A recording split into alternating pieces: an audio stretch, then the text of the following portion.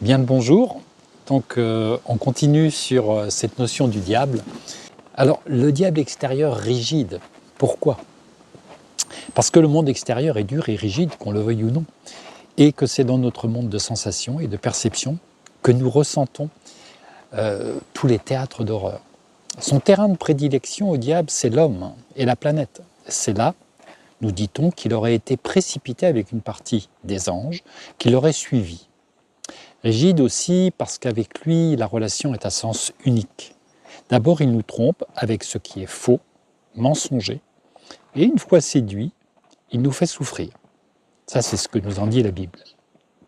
Ces manifestations extérieures, toujours violentes, et sont autant de brutalité insoutenable qui se répètent sans cesse et partout.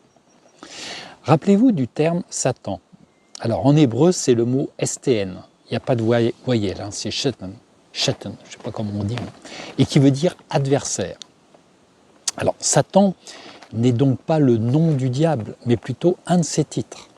Le diable est donc l'adversaire par excellence. De créature angélique, de haut rang qu'il était, il a trouvé du plaisir à s'opposer à tout, sauf à lui-même, et cela sans raison objective, sinon le goût enivrant du pouvoir peut-être. Il ne veut donc rien soutenir, il est anti-tout et il aimerait être à la place de Dieu, mais sans en avoir la nature ni les qualités.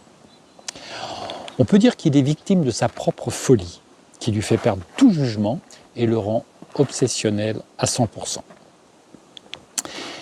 Je vous parle donc de ce Satan, de cet adversaire de nos existences, une réalité qui est à la fois culturelle, psychologique et biblique.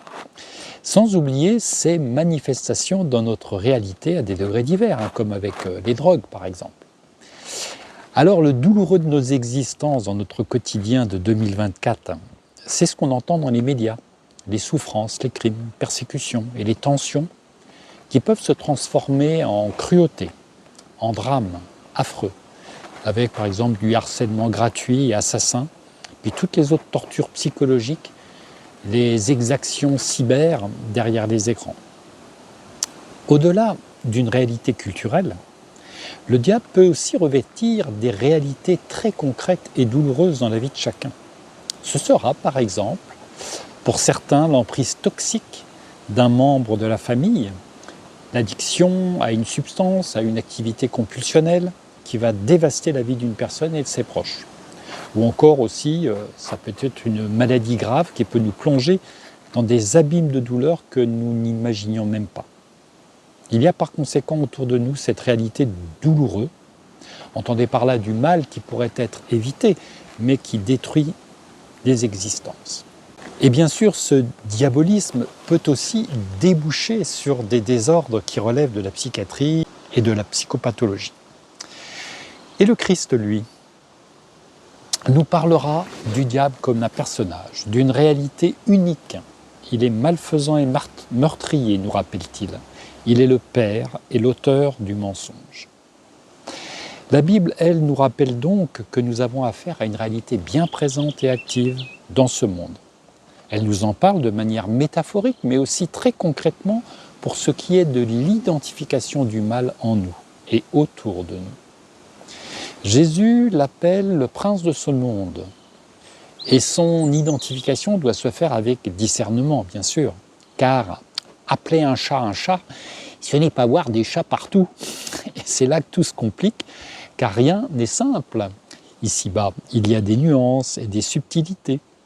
Prenons par exemple le paranormal, les expériences de mort imminente et bien d'autres sujets délicats. D'où vient tout cela ?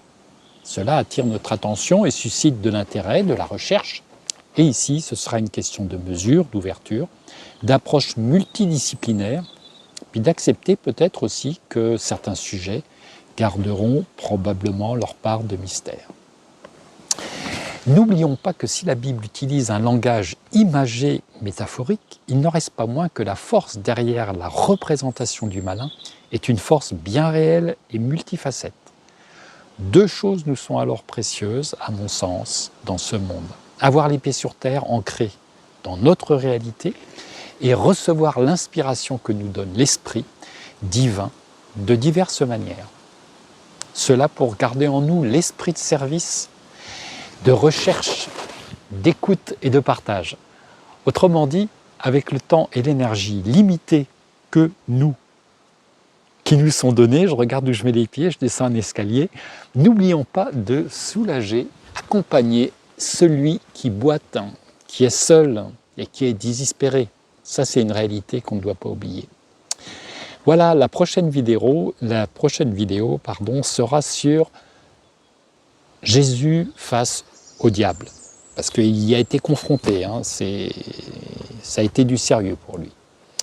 Dans la description, vous trouverez des liens, notamment sur une vidéo bien faite qui présente Satan et les démons dans la Bible.